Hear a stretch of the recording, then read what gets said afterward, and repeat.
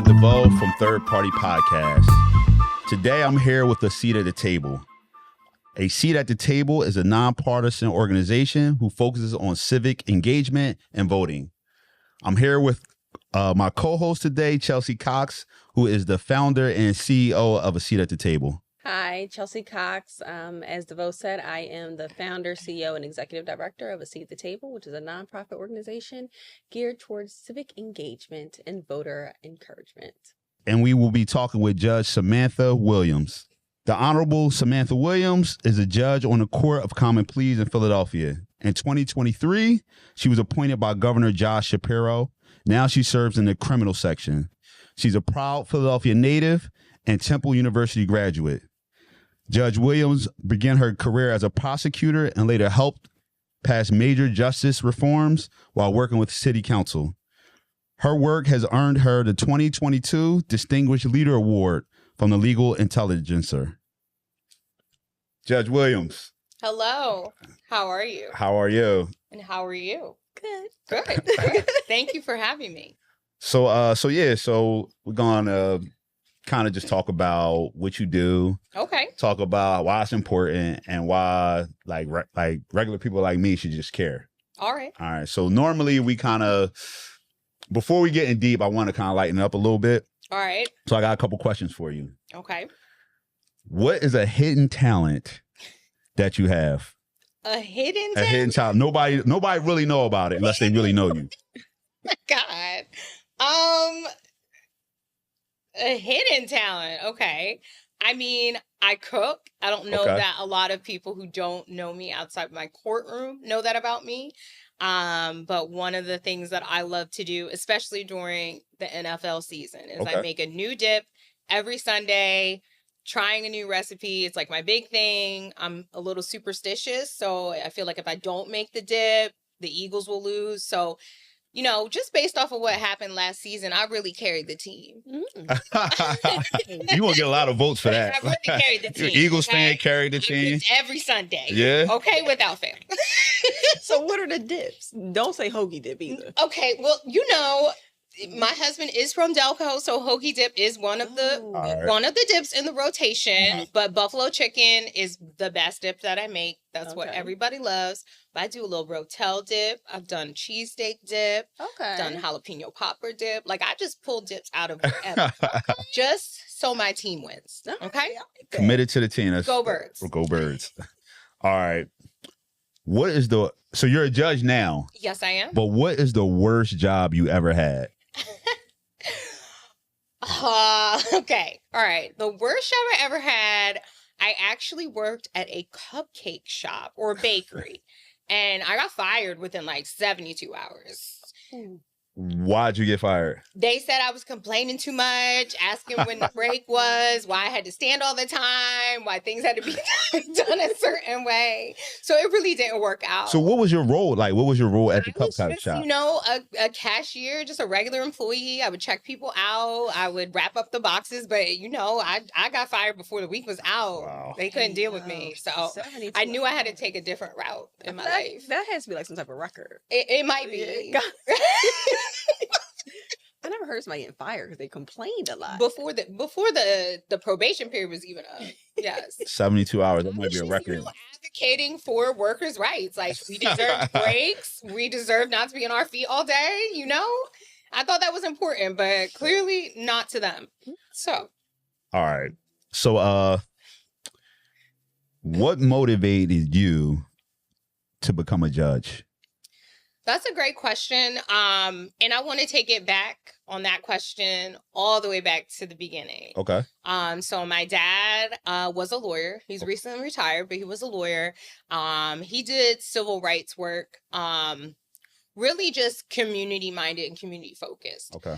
But when he was starting off, you know, he really didn't have a lot of money to pay for a babysitter. Right. So he was just taking me with him to court. Oh, wow. So I really grew up in the halls of City Hall, which I know is something that a lot of people do know about me, but I don't think they understood how early it actually started. So I would sit in courtrooms. The court staff would watch me all day. And I would get to see my dad in action, but I would also get to see the judges in action. one thing I was always impressed by is these judges got to tell my dad what to do. Like the only person in the world who got to tell my dad what to do. So that's what first piqued my interest. But honestly, the more I got to learn about the judicial system, the more I got to see that these are really the people that are making very, very important decisions about people's lives. And I thought it was important that there be more of them that reflect the Philadelphia community, which is not something that back in the day when I was a baby in those courtrooms, you wouldn't see someone like me there. And so that's really what motivated me, wanting to be a part of the system, knowing how important the process it is, and wanting to just add myself to the change. So I'm gonna throw two statistics at you, and you tell me what they mean. Okay. Black women judges at the federal level, 3%, and at the district court level, 5%. Well, I mean, I'm honestly surprised at that it's that low, but I certainly believe it, especially at the federal level. You know, this is Philadelphia, right? So there's a higher chance of you running into someone that looks like you or I, just based on the population. But I imagine that everywhere else, that's not the same, right? And that's why it's important to encourage people who might not otherwise think they have the opportunity to really take their shot at this. The more representation that you have in any field, the better the result is going to be, because what you're getting is a different perspective, right? You're getting all of these different perspectives. And what you don't want is to end up in a situation where everybody thinks the same, right? Everybody has the same opinion, or no one has any diversity in opinion. Now, you did mention, like, when you started, you piqued the interest when you were younger and you wanted to be a judge. But you also started off as in the DA's office. I did, yes. Talk about what transitions you're thinking from, okay, I want to start off and be a DA versus I want to just go straight into being a judge versus going to like corporate law or going to like a mergers and acquisitions law. So the way I grew up, I knew I always wanted to work in public service. And so I did spend my entire legal career before becoming a judge working for the city of Philadelphia in public service. I saw starting off at the DA's office as a way to protect my community. That's how I viewed it originally. And I did enjoy the work I got to do. I enjoyed the trials I got to participate in. But in terms of that original idea of me being a prosecutor protects my community, that wasn't always the case. I'll just say that the district attorney's office hasn't always been as it is now. Okay. And so when I got there and when I saw some of the things that were occurring, it was some things that I didn't want to contribute to. But one of the reasons why I did want to start there is because I'm from this city. I was born and raised here. And the people that live in this city are important to me. And so I sought out to protect the victims of crime. And that's where I started there. So as a prosecutor, was it, you mentioned crime. Is it violent crime? Was it like shootings, or was it just like maybe misdemeanors or robbing? It was really across the board. At the district attorney's office, you start with lower level crimes when you start, and then you work your way up. So drug cases, gun cases, cases where people were assaulted, even retail theft cases, all of which again are important to the safety and protection of our city. But it was really also the best place that you can get trial experience. So the district attorney's office and the public defender's office are the two starting points for most attorneys. And you're just in court every day. You're just getting that very valuable experience. So I do not regret my time in the DA's office at all. And I think it was the perfect starting point for me, because then it allowed me to open my eyes to some of the other areas of the system that I could contribute to. But I guess you would be considered, and I'm saying this for clarity, a trial judge. Yes, I am a trial judge. So I'm specifically assigned to the criminal trial division of the Court of Common Pleas. So as a trial judge, how do you see your role in building trust between communities and the justice system? That's a very good question. And it's really important because it's something I deal with a lot. I see my role in building trust by publicly doing the right thing, even when it's not easy to do. And as an example, we get cases every day in a trial court. A lot of the cases are won at the motions level. So at the motions level, you'll see something called a motion to suppress filed by defense. What that means is that the defense is arguing that the police did something that was unconstitutional, and so we shouldn't even make it to the trial level. This evidence should be removed from the case because of the unconstitutional actions of the police. And how you build trust with the community is taking those motions very seriously, applying the law correctly, and ruling exactly how you should in the protection of someone's constitutional rights. Whether or not you ultimately believe that person committed a wrong, or know that at trial that person would have been proven to be guilty, your sole focus is on what the police did. And so I have an example case I just had last week, actually. An officer made a traffic stop of a car in Fairmount Park at about 3:30 in the morning. It was a rental car, a very nice rental car. There were 4 African-American occupants inside of the car. The officers are allowed to take people out of the car during a traffic stop and ask them questions. But they're not allowed to prolong the stop in a way that then ultimately becomes unconstitutional, right? If you run a red light, I have to start that conversation about why you ran the red light, but then I can't just go on a tangent into something else unless I establish that there's sufficient other basis to believe there's another crime happening. This cop got on the witness stand and testified that he called for a canine dog based on the fact that the driver of the vehicle, that the car was too nice and that he had $5,000 in his pocket. Wow. Dang, you just came from the casino. He could have came from anywhere, but the point is none of that matters. Right. Now, they did recover a gun from the car, but I had to throw that gun out as evidence based on the officer saying that that's why he prolonged the stop. That's unconstitutional. Yeah. And I already know what it was. He said he prolonged it. He did what he did because the car was too nice and he had too much money. And what he meant by that was that person was too black to be in that situation. Because if it was a different person of a different color, it wouldn't even have been a thing. Exactly. And so that is the thing that you have to do. And you'll have those officers sit there and look at you and stare at you when you make your decision.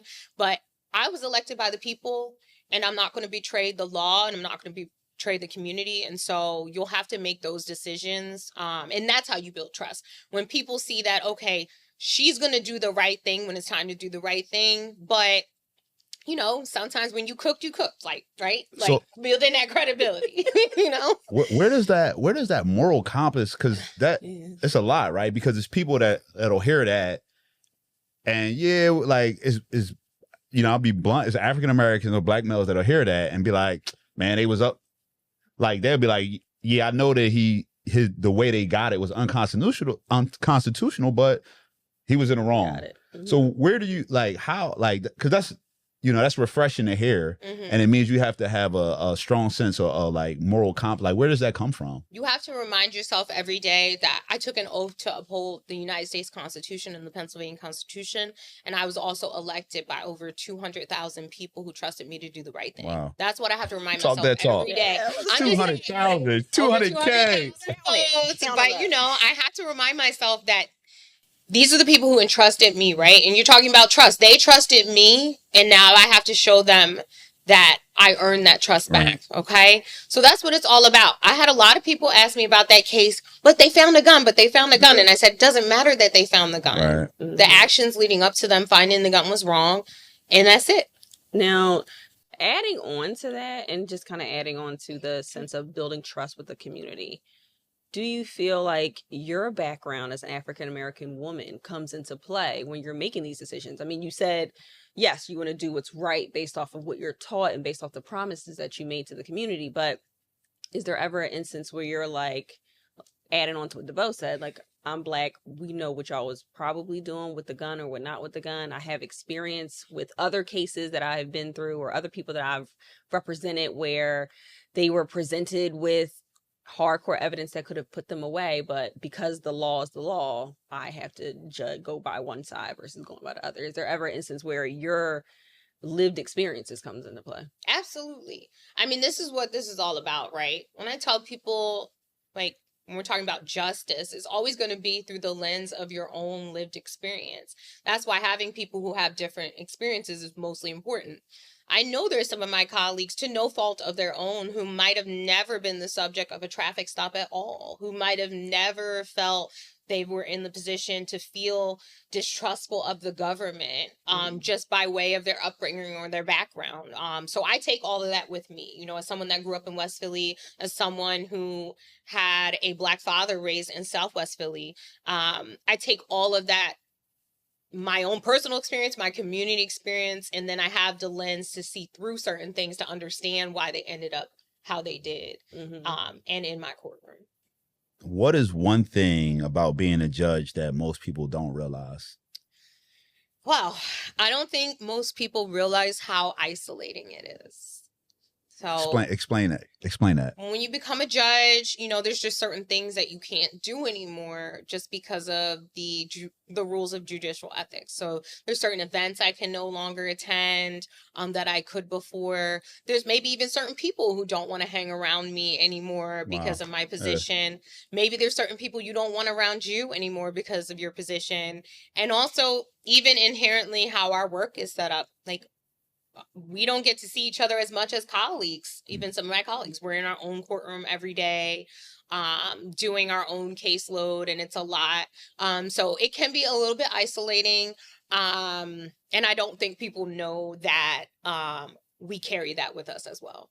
And Court of Common Pleas, that's all criminal cases? So that's shootings, murders, theft? So there's a criminal division and a civil division and a family division in the Court of Common Pleas. Okay. I'm assigned to the criminal division, and I'm assigned to a specific team. So we're all on different teams. My team handles felony trials where individuals have waived their right to a jury trial. So they're asking me to make the sole decision in their case. And I handle a variety of cases up until felonies of the second degree. Felonies of the first degree go to another team. And then on Fridays, I'm on a special team that does domestic violence and sexual assault cases as well. So are you the one that, you obviously give the final say, but you're sentencing people to jail? Yes. And if yes, sometimes, yes. Okay. So what are the facts? She like, all she do is convict. No. She said, you sentence people to jail. What are some of the factors that you're implying into the convictions? Into sentencing? Yeah, sentencing. So there's actually things that we are mandatorily required to consider as a part of sentencing. And we can get reversed just on not considering certain things. So what's like the top, like, start the higher, what's the hierarchy? So first you're going to consider any evidence that was presented at trial, right? Yeah. Anything that came in at trial and whether that met the elements of the offenses, right? Once you make it past that, you'll consider the person's prior record score. So there's actually a calculation of a score based on if that individual has a previous criminal history, really how bad that criminal history is based on a score of 0 to 5 and then some extras. You also consider sentencing guidelines that the state sets out for us. Right. That'll give us a range based on the prior history and where we are today. You also consider a lot of other things like community support. Right. That's very important. I don't think people realize how important it is. So when people is like, yo, man, I need y'all to come down to the courthouse, or like that matters. That definitely matters. Okay. Because it lets us know that if we give this person the opportunity to be back in the community, that they have other people that are going to hold them accountable. So I've gotten sentencings where I've had 20 people show up for someone, and I've let that person know, you don't know how lucky you are that you had these people show up for you, because it shows me that there is someone out there who cares about you, and if they see you going back down the wrong path, they might redirect you. Right. I also consider someone's complete entire history. We get reports that tell us since you were born, what has happened in your life. We have individuals who come in front of us that have suffered from immense childhood trauma that we will consider as a part of the sentencing. You know, the things that they have had to deal with in their own life that might have caused them to make a mistake or commit a crime. So there's a ton of things that we have to consider. We have to consider if there was a victim, their rights and their statement and what they wish as well. Yeah. So you know, and I'm saying this as a newer, younger judge.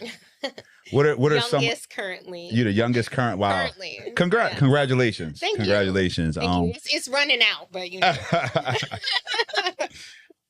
Like what are some of the challenges you face from both sides, you know, with you being young and having, like, looking young and stuff. So what are some of the challenges you face with being young and a newer judge? Honestly, most of it's a personal challenge. Okay. The individuals that come before me, a lot of them are younger than me or my age. Okay. And so it's easy to see yourself in them and see what could have went wrong. Or just honestly, you know, carry that with you that, I feel immensely blessed that my life never took a turn like that, but seeing how easy it could be, seeing that the people across from me could be my very same age. I had someone went to my very same middle school, not at the same time, but you'll see that situation. And I carry that around, and I take that very personally, but I also think it's good that I have that different perspective, that I'm closer in age. I might understand some of the things that are going on out there. You know, technology is a big driver in some criminal offenses right now. Wow. Whereas social media wasn't around before necessarily. When I was growing up, I didn't have to deal with people coming at me on Facebook or IG or Twitter. Yeah. So I can imagine some like old judge like Facebook. What's that? You know what I mean? Like, I was thinking more of like a generational experience or perspective that you have, right? So you're, even though you didn't grow up in the world of like social media being prevalent, you're here now, so you do understand like the relevance of social media and what it could mean if somebody says something to you negative or nasty on social media and blast you out, and maybe that led to why that person is in court. Not saying it's a good reason or not, but you understand, you have that background. I think it comes from a different area of you adding to the law that you already know, but then adding that lived experience back into what your sentencing is or what your overall judgment is on the case. Yeah. And you know, for the most part, I actually haven't been challenged or tested too much on my age, and it's because I do put in the work to make sure that I'm up on everything that's going on. I do my research. If someone presents me with new case law, I take it in the back and I read it before I make a decision. So I think that my age is less of a factor in terms of being able to be a good judge. In fact, I'll go as far to say I'm a great judge. But I do think it allows me to see certain things differently, just from the perspective of the individuals that come in my courtroom. So I guess per quarter, give us like, how many cases do you think you see like per quarter? Hundreds. Yes. So, all right. So like you could possibly see like 100 cases in a month. Yes. Wow. Nice. So how do you, I mean, not actually trying them to trial, but get it listed in front of me and dealing with certain matters with them. Yes, absolutely. So how do you handle that pressure of all of those cases impacting all of those people's lives, you know, and possibly, not all the time, but possibly in like negative ways? I'm not gonna lie, it's stressful sometimes. You know, I try to, like I say, in the moments that I feel stressed or overwhelmed, bring myself back to a moment of gratitude. Right. And just remember that I'm not here by accident. You know, there's a reason and a purpose for me being here, and I just have to always be focused on that. It's a lot to manage and handle, but that's why when we go through the judicial, even election process, we're questioned a lot about our ability to manage caseloads, our ability to manage high stress situations, our temperament. Because a lot of times, improper temperament can come from just a judge being tired or stressed out. So with the number of cases that you try, and you're newer, and I can imagine what some of the older judges, how many cases they try. How do you feel like as a trial judge, or as just a judge in general, because you don't see a trial, your experiences combat some of the larger justice issues like mass incarceration and racial disparities within the courtroom? So I feel like my particular assignment is good for me because since I'm dealing with felony 3 cases, felony 2 cases in Philadelphia, those cases are what are seen as the lesser felonies compared to everything else we got going on, which means I have the opportunity to do more in terms of being creative with sentencing or working with people, like right? alternative sentencing programs. Exactly. Okay. So I really like that about my current assignment, even though it can be a lot. Like on Thursdays, what I do is I bring anyone who's in my supervision in on Thursdays and we do a check-in. And I think that putting in that effort, like the extra effort with people, letting them know that you care goes a long way. Can you explain what you mean when you say in your supervision? Okay, so if I sentence to someone and to probation, right? Some judges take a different philosophy. They don't check in with their probationers unless something bad were to happen. We get notified if they get a new arrest or they're violating their probation in some way. I took a different approach proactively. I always bring my probationers in at least 3 times after their sentence to track their progress. And I like to do that because they know I'm serious then. So they know that when they mess up, I'm going to be on it. So if they do well, I'm also going to give them that praise for it. I've had people come back on Thursdays and bring me their GED certificate that they've gotten or be really excited about their new job. And I've had people come back on Thursdays that they didn't do well and maybe I had to, give them a break and take them off the street for a little bit so they can think about what they had done while they were in the community. But I have the flexibility in my role as a bench judge to do that and the time to do that. And I think starting off that way is just going to make it a lot better for me in the future. In terms of how it goes to some of the other issues that we have in the city, as you explained in my intro, I also had background in city council where I worked on those issues about reducing our prison population. So that's always in the back of my mind. Does this person really need to be in custody, right? Can this person have a chance on the street? And even when someone messes up, does that person need to go back to custody just because they had a mess up? Or is there something else that we can do to work with that person? So do you feel like you, and I guess each judge is different, but they have divergent programs and alternative sentencing options. Do you feel like you make like good use of those? So I do. In terms of the diversion programs, many of the diversion programs are at the discretion of the district attorney. But I do like them. And I do always, I'll bring someone up. If they get offered a diversion program, I'll explain it to them. And I'll tell them, try to comply with the terms of the programs. A lot of the diversion programs, the district attorney, upon completion, they'll withdraw the charges against the person. Okay. So that's a big deal. Yeah. As opposed to having to go through the trial. I think when it's appropriate, it's a great idea. Alternate sentencing, again, when it's appropriate, it's a great idea. I always try to use probation as a first effort if a person has a minimal record or no record. If there's some issues, I will then move to house arrest and see how that person can do on house arrest. Programming, okay? Even let your sentence be, get your GED. Right. Go to a program. Some people need parenting classes, anger management. Like there's so many opportunities we have to explore when it's a lower level crime.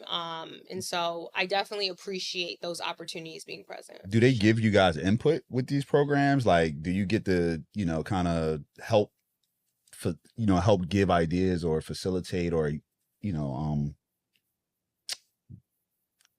facilitate the actual program. First of all, shout out to ARD, okay? My business out there, but it's out there, so shout out to that. ARD is everyone's favorite. But sometimes we do and sometimes we don't. But what we do get the opportunity to do is also connect with community programs that might not already be on someone's radar. Okay. So I know I've had people come into my courtroom, tell me they have a program, ask if they can sit down with me and speak. And then based on what I hear, I can use that program within my sentencing. So I'm like very blown away because super kudos to you with the fact that you are using these alternative methods to think through how people can change and adjust and actually be productive citizens of the community without just throwing them in jail. Absolutely. And I think having these types of conversations is even more important because we're about to come up to this election, and having an idea of just judges sitting on the bench that have just different philosophies and that are actually willing to take different routes other than what has been traditionally done. Because you'll see judges or you'll see people just talk about their experience and however long their experience is, but that doesn't always necessarily mean that they're going to be the change that us voters want to see. So that's really dope. No, it's refreshing, and like to hear, really, and you know, we appreciate you and your service and your work. Thank you. Yeah. I take my job very seriously. Like I said, I'm so grateful to be here. And so I just want to do the best that I can. And I hope that I've been doing that, and I hope that people see that. Now, did you make history by being the youngest judge? I wasn't the youngest ever, just the youngest right now. All right, we'll take that. We'll take that history. You're the youngest right now. Yeah. So, you're still having to deal with like adversity while you were running, I'm sure, because like the age thing probably just gets thrown around, and you're black and you're a woman and all the things. So I'm sure it's just not good. All right, so I got one for you. Uh-oh. What's your courtroom walk-up song? Dreams and nightmares. I used to pray for times like this to shine like this. Okay, so you actually know all the words to it. Oh, I can rap it completely. I will not be doing that here, but I can rap all of it. All right. All right. That's dope. That's dope. Little Philly love. Eagles fan, Andrew. All right, so we're gonna do some rapid fire. We're gonna try this. Okay. All right. Judge Judy or Judge Mathis? Dang. I'm gonna have to roll with Judy because she's just always herself. Like Judy's always herself. She boss. Yeah, she really is. I'll be scared to go say something to Judge Judy. I would be scared of her. So this why I want to ask you. Like, what kind of rapport is in your courtroom with you and your staff? Oh, everything's good. Yeah. So I feel like as a millennial judge, I handle things differently because since I was a millennial worker, I was big on please do not disturb my work-life balance. Please do not disturb my personal time. Right. So we have a good rapport. I think most of my staff are millennials as well. Or the generation below me. Gen Z, yes. And we try to keep our courtroom as light as possible. Okay. So even the simple fact of saying hello and good morning to someone when it's their time for trial is really important. And it kind of sets the tone that, hey, she's not mean, she's fair, she's being respectful, and everybody deserves that. So we try to have a good time, as good of a time as you can have in criminal court. You know, like listening to you talk about it, it's a lot of different skills that, you know, like from being a lawyer to being a judge that you have to acquire, like leadership and perspective and like vision. So it's, you know, like people think it's just you trying cases, but it's managing the staff, it's managing yourself, like the mental health part. So it just sounds like, you know, like it's more than just getting in front of people and slamming the gavel. I never use my gavel. You never? I think that's very aggressive. That would be the best part of the job. Listen, if they made me a judge, I would have one. If I was a judge, I would have bought one to this one. Like, hear ye. I don't think I've ever used it. I'll just use my voice to try to control. So what you do at the end? I thought you slammed the gavel to let. I don't. Know. I actually have a little Law and Order button though up on my bench that I'll press sometimes when no one's in there. And what does it do? Does it go like ding ding? I'm cracking up. All right, so SVU or Suits? SVU. SVU. Which one? Right. Ain't it like no, Law and Order is the franchise, and SVU is like Olivia and Stabler for life. Yeah, for sure. Opening arguments or closing arguments? Closings. Early court or late court? Early. Well, how early? I don't. Late court. You get in at 9:30. Okay, because some people start a list at 1:00. I don't like doing that. I like to start 9:30 and go all the way through. Okay. Coffee break or lunch break? Lunch for sure. What we got? Surprise witness or surprise evidence? I don't like surprises in the courtroom. But I guess if it was something, I would go with the surprise evidence. Surprise evidence? Yes. Let me ask you something.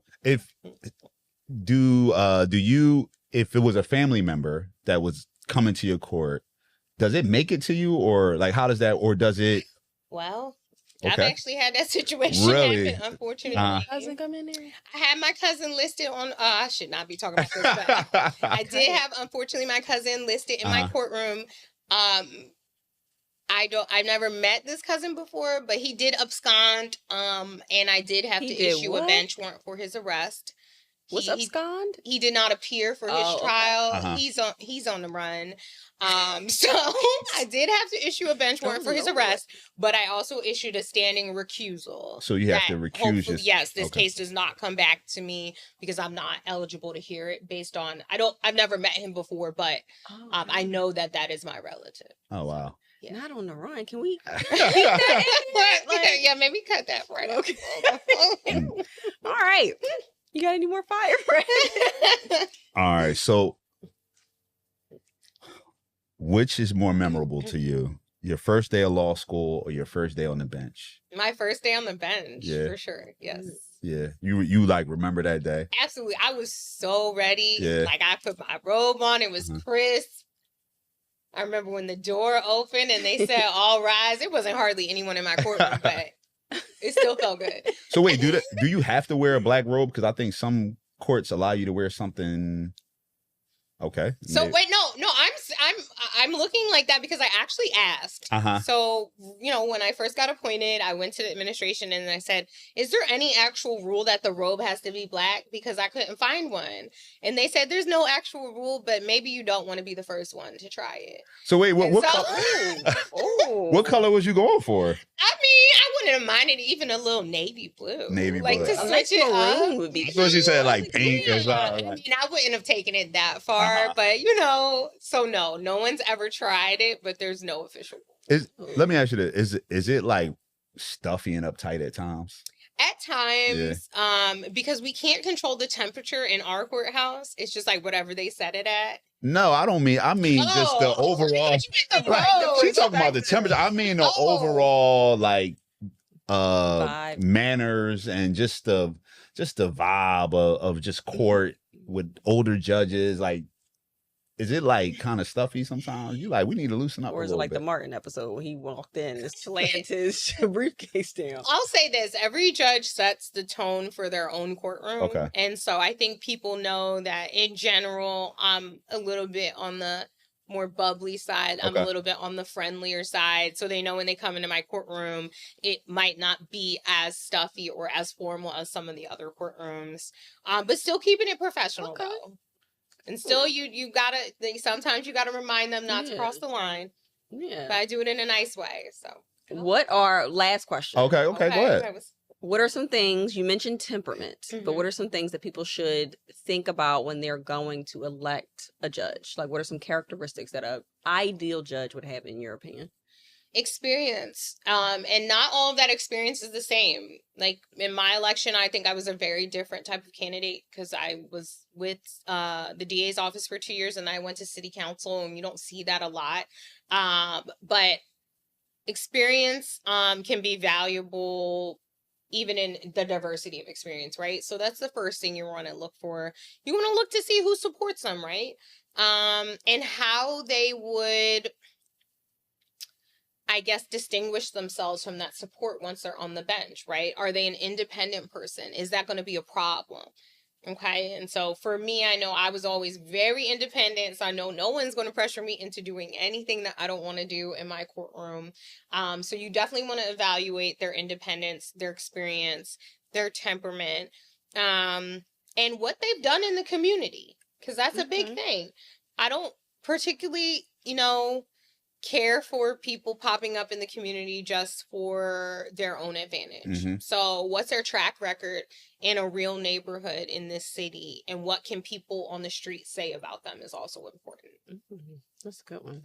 No, that is very insightful. What high school did you go to? Creative and Performing Arts. You went to Kappa. Wow. So shout out Kappa. No creative talent, by the way. You That's cook. just You give acting. Like, I feel like I could That's see you what in I like a look stage. for. Yeah, I could see you on a stage. it never like a really theater worked out for stage. me. I could see you doing it though. I might try. It's not too I late. think you could. Yeah. Like a little You could be amateur the judge actor. stage, yeah. I would think go you do see. it. I would get a Judge TV show if they ever let us have I cameras could in our see room. you on a Judge Oh, TV show. That too. that would be I could see interesting. that, You're yeah. young, I'm just like making all a that. picture that, you know. So, Judge Samantha Williams, we appreciate you.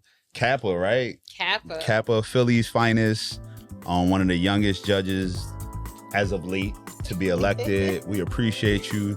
Rod DeVoe, Third Party Podcast with my co-host Chelsea Cox from A Seat at the Table. And we just got finished talking with Judge Samantha Williams.